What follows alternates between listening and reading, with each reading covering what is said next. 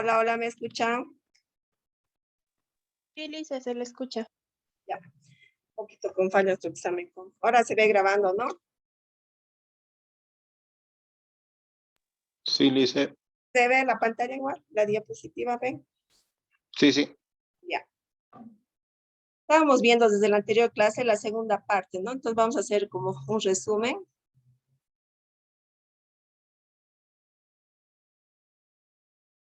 Estamos viendo, ¿no? Para los que no han estado tal vez en clase, nuestro segundo tema, las fuentes y relaciones del derecho del trabajo. Ya hemos visto la primera parte, ahora estamos con la segunda parte del tema 2, en cuanto a sus fuentes y relaciones del derecho del trabajo.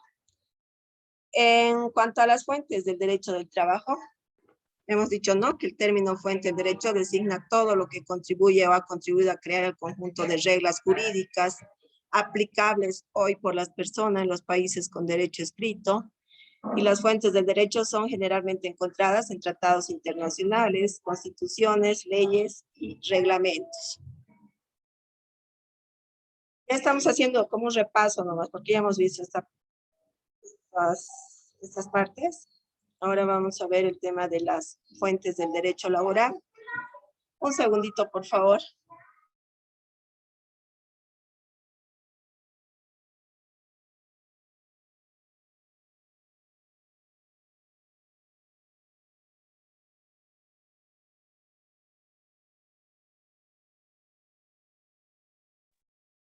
En cuanto a las fuentes del derecho laboral, entonces tenemos la Constitución, los tratados internacionales. Y en cuanto a la Constitución, es el conjunto, ¿no? De principios, normas y reglas que pretenden establecer la forma de un Estado de Derecho, así como organizar ese mismo Estado. En cuanto a los tratados internacionales, designa los acuerdos jurídicos entre diferentes estados o entre un estado y un organismo internacional, ¿no? Aquellos tratados que se establecen por escrito son controlados por la Convención de Viena y se rigen por las normativas del derecho internacional. Luego hemos visto el tema del derecho natural, ¿no? ¿Qué es el derecho natural? ¿Se acuerdan? Hemos visto también en la anterior clase esta parte. Es una doctrina ética y jurídica para empezar, ¿no? ¿Cuál es su, o sea, que postula la existencia de los derechos fundamentales o fundamentados, ¿no? Y también podemos hablar de los derechos fundamentales acá, ¿no? Porque en cuanto a los derechos fundamentales, por ejemplo, ¿cuáles son? Tiene que ver con el ser humano, ¿no? ¿Cuál sería el principal derecho? A ver acá. El derecho, para empezar, a la vida, ¿no? ¿Qué más? A la presunción de inocencia. A la presunción de inocencia, hablando jurídicamente, ¿no? ¿Qué más? Entre los derechos podemos hablar que tenemos derecho a la educación, derecho al trabajo. Sí. Porque las personas podemos vivir sin trabajar. ¿Pueden vivir sin trabajo las personas? A ver, participen. No, licenciado. Porque de un trabajo, ¿quién depende? La misma persona ahí, si tiene familia, su familia, ¿no? Esposa e hijos. Entonces, por lo tanto, el derecho lo vemos como un derecho humano, ¿no? El derecho al trabajo. O sea, el derecho de trabajar es visto como un derecho humano, que tienen derecho todas las personas. Ya, entonces, más o menos en eso está el derecho. Entonces, el derecho natural es una doctrina ética y jurídica que postula la existencia de derechos fundamentados o determinados en la naturaleza humana. Fundamentados cuando tiene que ver con el tema legal, y en cuanto a derechos fundamentales, ya hemos dado ejemplo, ¿no? Que es derecho a la vida, derecho a la libertad, está también derecho a la educación, derecho a la salud, ¿no? Varios derechos que son fundamentales para las personas. ¿Se entiende acá del tema del derecho natural?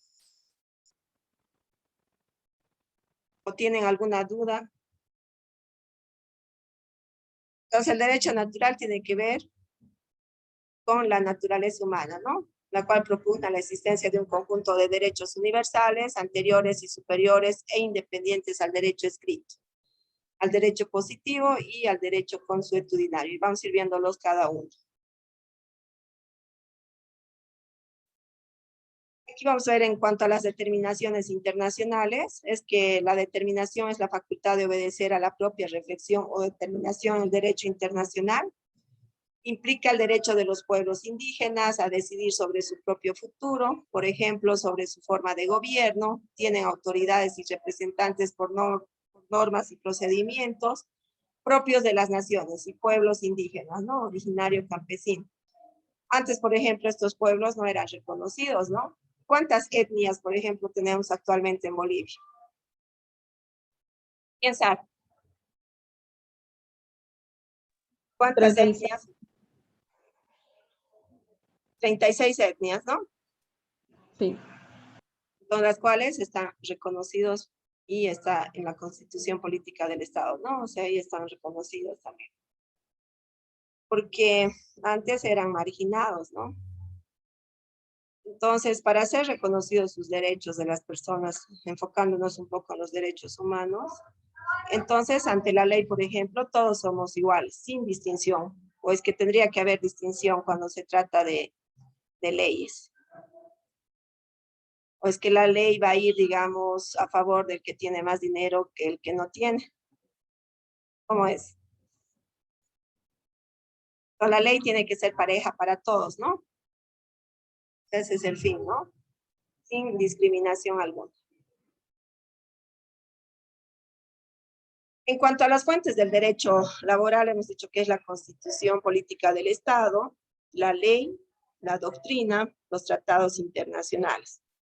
Y cada uno, vamos a verlo, en cuanto a la Constitución Política del Estado, es la norma jurídica suprema, positiva, que rige la organización de un Estado, estableciendo la autoridad, la forma de ejercicio de esa autoridad, los límites de los órganos públicos, definiendo los derechos y deberes fundamentales de los ciudadanos y garantizando la libertad política. En cuanto a la ley, es la regla o norma establecida por una autoridad superior para regular de acuerdo con la justicia algún aspecto de las relaciones sociales. En cuanto a la doctrina, es la reflexión teórica relativa a las diferentes cuestiones jurídicas que plantea la organización, contenido y del ordenamiento jurídico que pueden estudiarse, todo o sobre todo a través de la enorme cantidad de literatura jurídica que existe también, ¿no? O que existe. También lo podemos ver como conjunto de ideas, enseñanzas o principios. Y en cuanto a los tratados internacionales, serían las normas internacionales del trabajo, son instrumentos jurídicos preparados por los mandantes de la OIT, gobiernos, empleadores y trabajadores, que establecen principios y derechos básicos en el trabajo.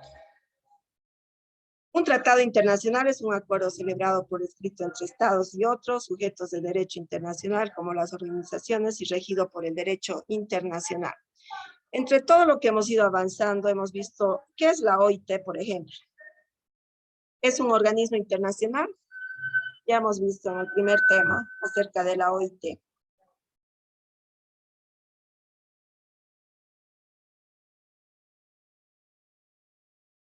A ver, Alvarado Álvarez Lady, ¿está en clases? Alvarado Álvarez Lady. Lice, ¿me escucha? ¿Sí? Sí, aquí está. ¿Qué es la OIT, Lady? La OIT, la Organización Internacional de Trabajo. ¿Cuándo ha sido creada la OIT? ¿Te acuerdas? ¿En qué tratado? Perdón, Lice, no le escuché bien. ¿En qué tratado fue creada la organización, la OIT?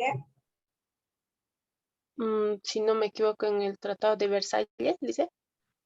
Muy bien. Entonces ha visto la necesidad de crear esta organización, ¿no? ¿Para qué? Para la protección de los derechos laborales, ¿no? A nivel internacional. Todo esto ha sido a raíz, ¿no? De cómo eran, digamos, tratados los trabajadores antiguamente. Y era necesario, o sea, normar todo esto, ¿no? Eran vistos como que, como esclavos, como sujetos como una cosa prácticamente, ¿no? No había, digamos, no estaba nada normado, el trabajo era más de 8 horas. ¿Hasta cuántas horas trabajaban?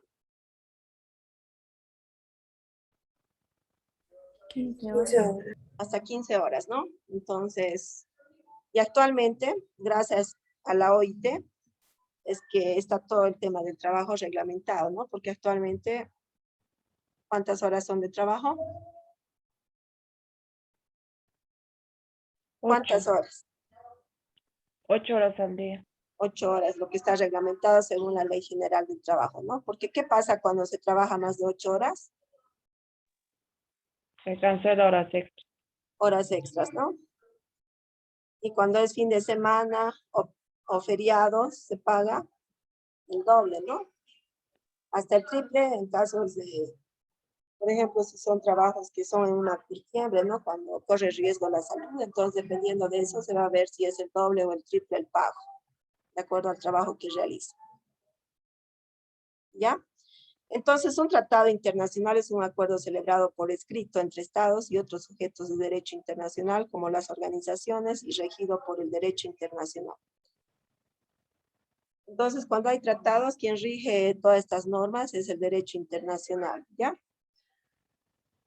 Entonces, Alvarado Álvarez Ley. ¿Está anotada su participación? A ver, yo les llamo la lista al principio y cuando después quiero que participen y lo hago de acuerdo a la lista y no están en clases, lo pongo como que no están en clases. ¿Qué pasa? Vamos a continuar. Ahora vamos a ver en cuanto a las leyes. En latín, lex o leyes es una norma jurídica dictada por el legislador, es decir, un precepto establecido por la autoridad competente en que se manda o prohíbe algo, en consonancia con la justicia, cuyo incumplimiento conlleva a una sanción. A ver, en un estado siempre hay leyes, ¿no? ¿Qué pasa si las personas incumplen estas leyes? ¿Hay una sanción o no hay? ¿Qué dice Valderrama, Casana, Melissa, Abigail? A ver. ¿Qué pasa con un ciudadano cuando no cumple las leyes?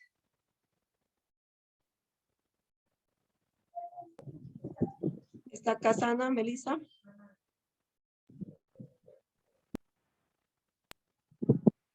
Valderrama, Casana, ¿está o no está en clases? Ya, Blanco, Paco, Andrea, Herminia, ¿está? Buenas tardes, licenciada, sí. A ver, cuando les pregunto parece que estuvieran en otra cosa y no están atendiendo la clase. ¿Qué está pasando? Lice, la escucho. Ya, ¿qué pasa cuando en un estado siempre hay reglas, ¿no? Leyes establecidas por el estado? ¿Qué pasa cuando el ciudadano incumple esas leyes? Tanto cuando se imparten leyes, también hay sanciones, ¿no? Caso contrario, que no puedas cumplir estas leyes, tienes una sanción como ciudadano. Por lo tanto, igual siempre decimos que tenemos derechos y también tenemos obligaciones. Muy bien, así como se habla de derechos, también hay obligaciones, ¿no? Y esto lo dispone las leyes, ¿no? En cuanto a los derechos y obligaciones de todas las personas que conforman una sociedad, ¿no? Dentro de un estado, ¿sí? Sí, licenciada. Valderrama, ¿no? Blanco, No, licenciada. Valderrama no ha participado, o sea, estaba en clase, pero no sé qué ha pasado. Blanco, Paco, Andrea, Herminia, ¿esto? Sí, licenciada. Ya está anotada su participación. Ya, entonces ahora vamos a pasar al punto de los reglamentos, los cuales una norma jurídica de rango inferior a la ley, dictada por órgano que tiene atribuida potestad reglamentaria.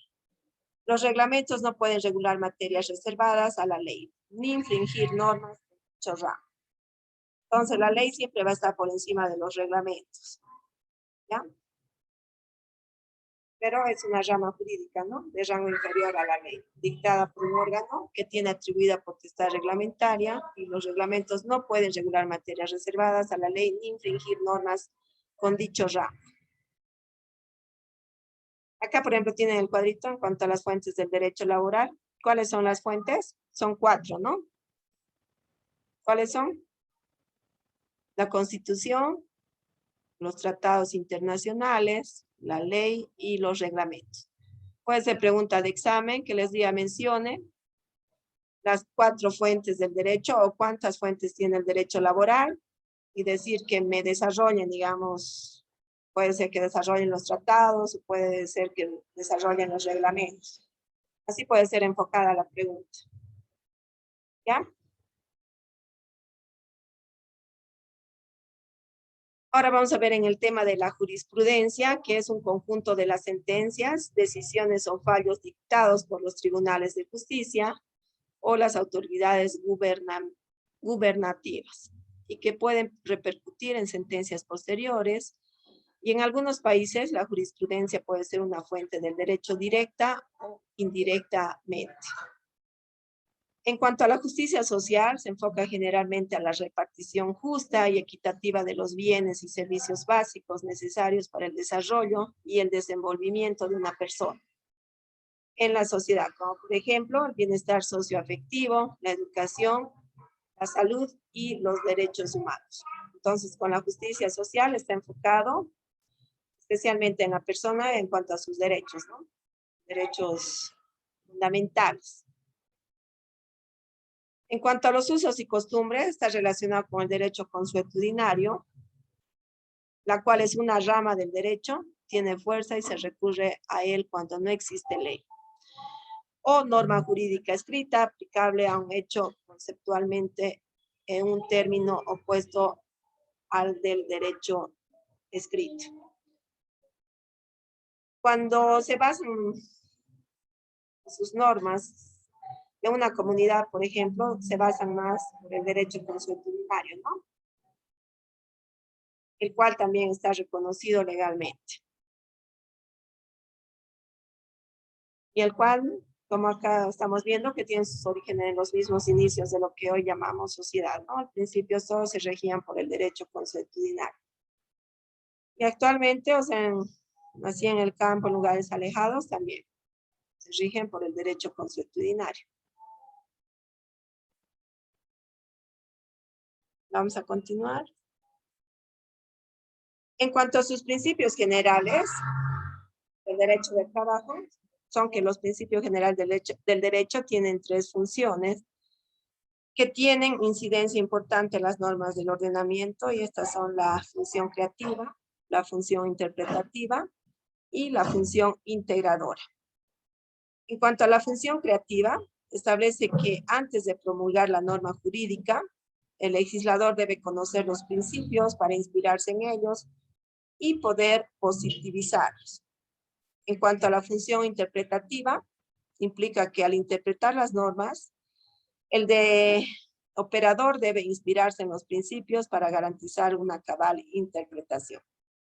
Y en cuanto a la función integradora, significa que quien va a colmar un vacío legal debe inspirarse en los principios para que el derecho se convierta en un sistema hermético.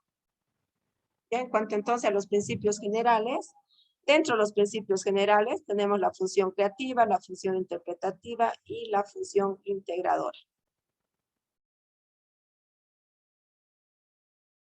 ¿Aquí tienen alguna duda, pregunta en cuanto a sus principios?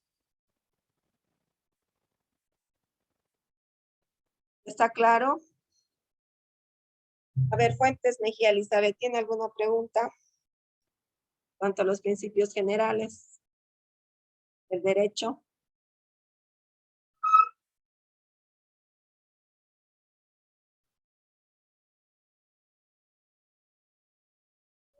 Dice, ¿me escucha?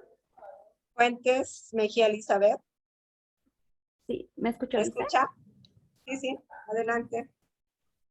Sí, un poco la función creativa, no puedo comprender específicamente. En la función creativa dice que establece, ¿no? Antes de promulgar la norma jurídica, el legislador debe conocer los principios para inspirarse en ellos y poder positivizarlos. Entonces vamos a poner el ejemplo. Al momento de, digamos que llegue un proceso laboral, enfocándonos en un juez laboral. Entonces, durante ese proceso, el juez va a conocer a ambas partes, tanto al demandante como al demandado. Entonces, en función a eso, él va a ver, ¿no? O sea, ¿quién, digamos, es el que tiene la razón, por ejemplo? Como dijimos al principio, cuando un trabajador hace la demanda, y pusimos el ejemplo que no tiene un contrato de trabajo escrito y simplemente es verbal, este trabajador inicia su proceso laboral. A ver, un ejemplo, vamos a decir que él empezó a trabajar en enero, digamos, del 2020. Y que ganaba 3,000 bolivianos. Ya eso él va a argumentar en su demanda. ¿Cómo va a demostrar el empleador eso que está argumentando en su demanda al trabajador si no hay un contrato escrito? Tanto el contrato escrito como el verbal tiene valor de ley, hemos dicho, ¿no? Pero en un caso, en un proceso laboral, en este caso, ¿a quién le convendría o le conviene más que sí o sí haya un contrato escrito? Porque el que tiene que aportar las pruebas de un proceso laboral es desmentir todo lo que demanda el trabajador. ¿Quién es? El empleador, ¿no? O sea, él es el que tiene que decir, por ahí este trabajador ha empezado a trabajar, digamos, en junio. Pero él ha argumentado que ha trabajado en enero, ¿no? Entonces son 6 meses más que él está diciendo que va a ser que le paguen, ¿no? Y no ganaba los 3,000 bolivianos, sino ganaba 2,500, por decir. Entonces, en este punto es bien importante que haya un contrato escrito, ¿no? Por si a lo futuro lleguen a tener problemas tanto el empleador como el trabajador. Entonces, ¿quién va a demostrar la fecha exacta? Va a ser el empleador, ¿no? Con su contrato. Entonces, ustedes, digamos, alguna vez cuando sean dueños, tengan una empresa o lo que sea, tienen que asegurarse, digamos, si ustedes pagan, siempre